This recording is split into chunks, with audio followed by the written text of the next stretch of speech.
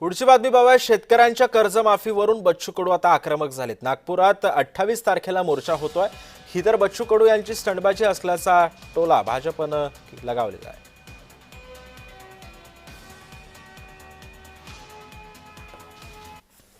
7-8 महिने सगळ्या शेतकऱ्यांनी मेहनत घेतली, मेंढपाळ असेल, दिव्यांग असेल, सगळ्यांनी मेहनत घेतलेली आहे। त्याचं फक्त बैठक घेतली आणि आम्ही करून मग पाहू येणं काही होणार नाही।